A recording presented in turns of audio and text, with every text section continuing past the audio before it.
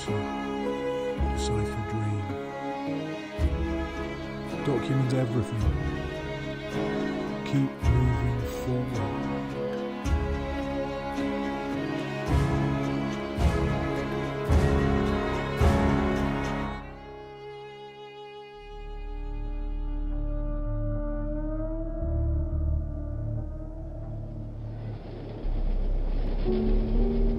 Carriage 3. Dog is sitting by the door, licking it. It is black and wet. First thought was wet paint. No, it's water. Tasted it's salt water. Resist licking door. Tell dog to stop. Dog shakes head. Can hear bullet rattling around in dog's skull. Cannot remember dog's name. Possible names for dog. 1, 2. After carriage number and second life. 2. Dog. Makes sense. 3. Brecker to help me remember the man in my mind. Might help keep him from turning to sand forever.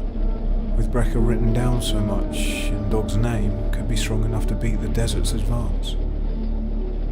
4. Lucy, C.3. Lucy is too beautiful though. We'll find a cat maybe. 5. Coldwell. Next scheduled stop.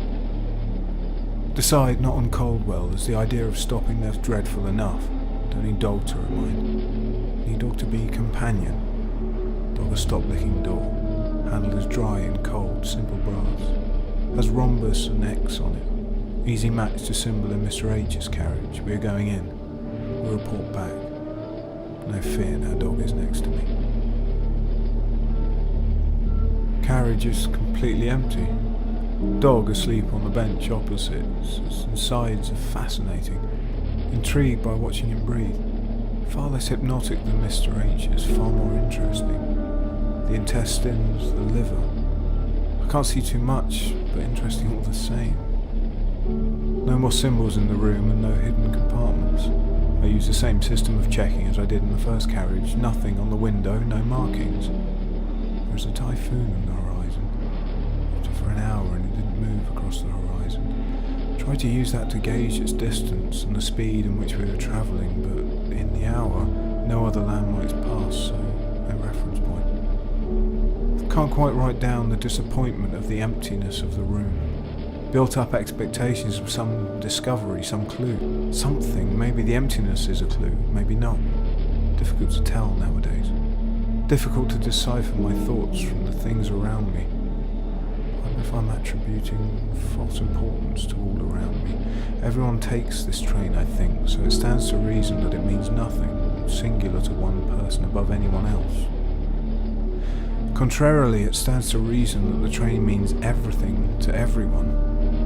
I can't ask the dog what he sees. I can't ask the dog to use the Brecker rule number 3. I can't ask if he is a figment of my imagination or if I of his. We are both figments of something or someone else. People in dreams, they walk around not bothering the author of the dream. They must be sure to have their own lives and hopes, must be completely oblivious to the horrible truth that they are scenery in someone else's dream. Is that what I am? A background character in someone else's dream? Am I through the looking glass? If the person wakes up, maybe they already have, and this place is the place the cast members of dreams end up. I feel alone. I felt alone like this only once before in Pripyat.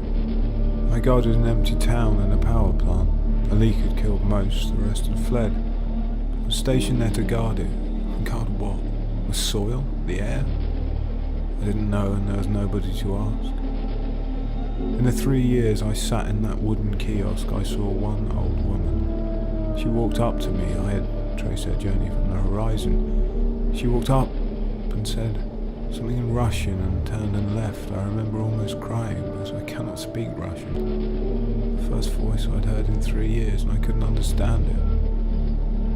For months after, I investigated her words' meaning in my mind. I explored every possible interpretation. In the end, I concluded that she had told me her secret. A secret she had carried all that way to tell me. A secret about me. She had said, "This dream doesn't belong to you." She must have said that because I am remembering it now. Of course, that land is now a desert in my mind. I'm closing the diary now. I will wait 5 minutes, reopen it, and reread the passage about my time in Pripyat. I will objectively write down the first image or word the passage evokes because I know the memory will have been erased. Good luck. Zone of alienation. I'm overjoyed. That is the mystery of the carriage solved. I am in the zone of alienation, of course. This empty room was meant for me to feel like I did back in Pripyat after the leak. I was meant to remember that lady, her words, my interpretation, and then to succumb to the desert's erasing of my memory, only to realise it all over again. My investigation is working. I know I don't have to fight to remember, but work alongside this place, this train and everything inside it to get to the bottom of this. I wonder if I would have made the discovery had it not been for my dog, or Mr. H, or the lady with the tumour baby, or the boy. Everything is here leading me, and I'm understanding it. Of course, I only know how to read certain parts of this language. I've only unlocked one symbol to this code, but it is a breakthrough all the same. I know where I am. I don't know yet how everything else fits into this, fits into me, I into it. Does this affect the meaning of my dream? Will it get me closer to the truth, or beloved Lucy? I do know that I need badly to see Brecker, to see him alive and well, so that he can see the joy in my face at this discovery. Locating oneself in the world or the universe or the mind stops the chaos, stops the madness and helps to order. I've decided to call the dog Paisley after the swirls on the carpet in the corridor. The green matches the green of his skin. I smiled when I connected the two, and when I called him Paisley he barked and the bullet in his head rattled.